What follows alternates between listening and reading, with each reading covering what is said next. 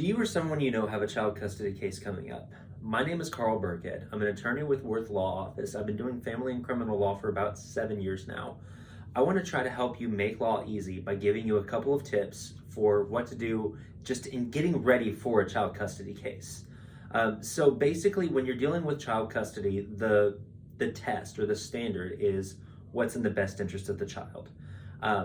That seems relatively straightforward, but literally, divorce or paternity case, best interest standard is what you're going to be going with every time. So in prepping for that, what's in your child's best interest? So let's say you want to make sure that you've got plenty of financial information to show that you've got a good job, that you've got, that you earn enough to be able to financially support your child, take care of your child, provide for your child's needs. Let's talk about your housing situation. Where do you live? Do you live in a mansion? Do you live in a box? Do you live out of your car? Which is actually okay. Like, there's no shame in that. Sometimes, bad things happen. People have fallen hard times. It's not the end of the world if your housing situation isn't what you want it to be, but you still want to try to put it in the best light possible. So, if you've got 3 kids in a 1-bedroom apartment, let's dress it up. Make it look happy. Let's, do what we can to show that each kid has a bed. Every kid has, a hot shower, food in the fridge. You want to be able to show that you're able to provide for your kids, provide for them mentally, provide for them physically, provide for them financially. Let's talk about your transportation too. Do you have reliable transportation to get the kids to and from school? Or let's say, God forbid, Johnny falls and breaks his arm. Do you have a car to take him to the ER? Things like that.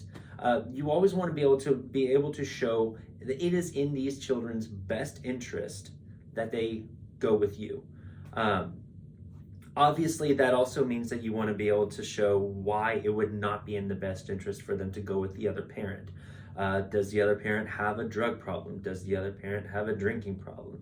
Does the other parent spend too much time on video games and doesn't actually take care of the kids? Is the other parent actually a parent or just a glorified babysitter?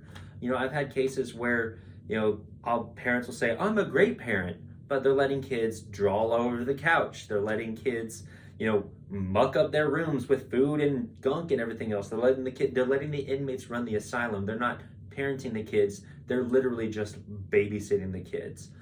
If you can show that you're actually trying to raise them instead of just keep them alive, that is something that will also help you out.